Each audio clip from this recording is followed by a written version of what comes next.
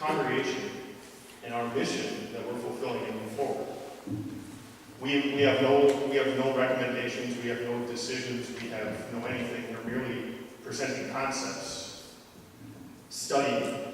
So what is the next step? Well, the next step is that our leaders of our church now have to consider what's the best, by God's grace, what is the best way that we can move forward? Be able to take God's word to all our people here and out into the whole city of Columbus.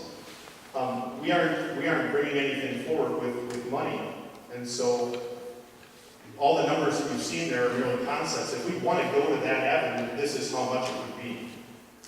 So in any type of a situation like this, the next step would then be, what is the decision of the congregation? And then the next step would be, okay, now how is God going to lead us to be able to come up with the finances to move forward, to have the trust that God is going to bless us in the way that we need to be able to put a shovel in the ground. But we are not prepared in any way to put a shovel in the ground after this meeting. And so that would be one of the next steps that we would take, depending upon what decision we make as a congregation together. So does that answer what you're asking?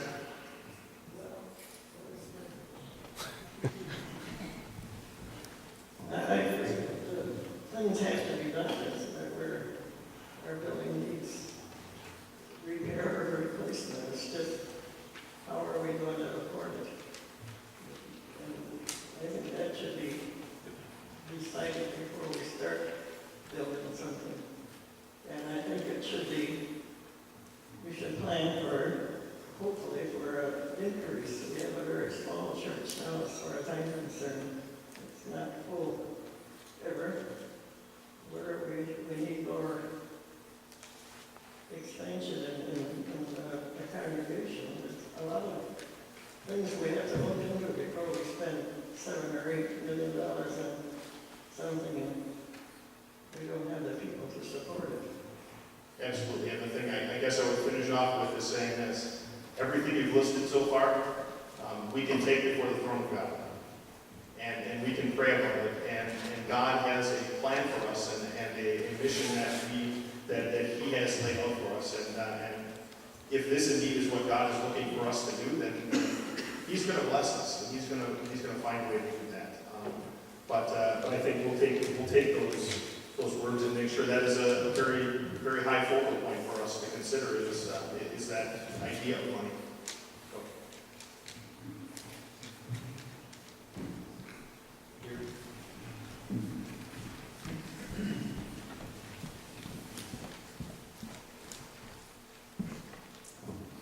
For that third option, does that moving the church to the school campus also renovate the school, or is that separate?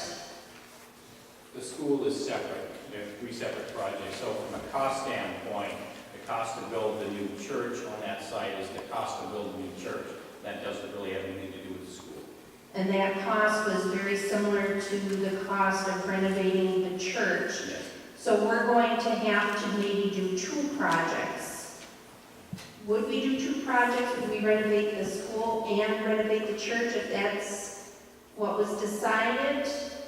And that really doesn't solve a lot of the problems in between. Going with the third, we would do the school.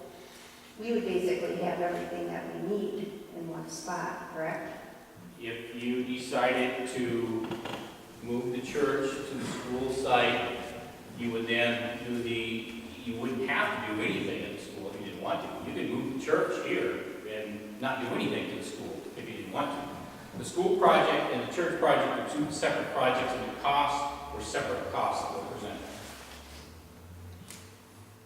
So, I don't know if I'm putting this right, but just doing one or the other doesn't really address the problem. If we did the school, if we did the church, then the school maybe doesn't get fixed.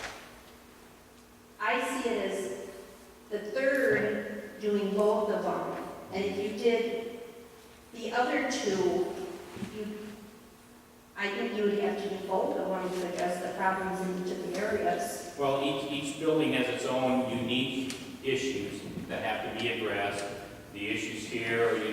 building, the issues of the school are unique to that. This building is a separate idea or concept to address the issues here. Instead of addressing the issues here, you would make the decision to build a new church at the school site. And so, as mentioned, there's not a formal plan in place to then decide what to do with this building. But again, I don't want to leave you with the impression that if you move this building here, that the cost to move it here also addresses the cost to do the school. That's a separate cost, a separate project. And to echo what Tom is saying, clearly there's facility needs at both buildings.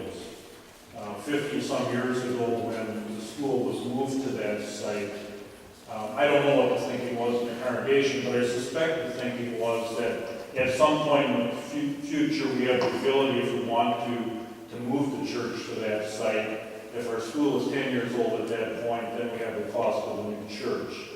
But we're 50 years later, as Tom mentioned earlier, after 50 years of useful life in that school, there certainly are facility needs at the school as well.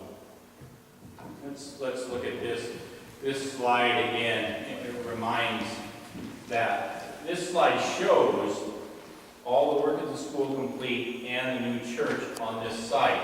But again, you could do these in phases at the school or not at all. That was the whole point of of coming up with the options at the school, to give you the opportunity to make choices about when and if you decided to do any work here.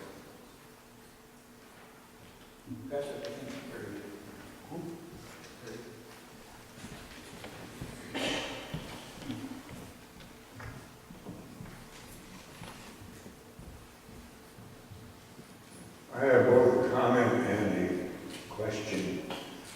Number one is that I think for some of us, and we feel today that all of a sudden now we're going to have a big meeting going here and we're going to decide whether or not we're going to spend $10 billion. That's not, to me, it's not the idea. I'm getting the picture that we have somebody here showing us what we can do and what we cannot do, what the cost is going to be. Not that it's going to be done today or tomorrow, but in the near future. And that's what this planning committee is really all about. How could we actually sit down here with our knowledge that we have and sit down and plan something like this? I don't think we could. It'd be a mess, really, when we got it done. And I think we should keep this in mind. The other one is a question. It seemed to me that, if I recall correctly, when the new heating system was installed, that a couple of the rooms at the school was to be taken care of so that they wouldn't freeze. Now, I don't know what happened here, but somewhere along the line, somebody either look into this, or if this is something that was just been overlooked now.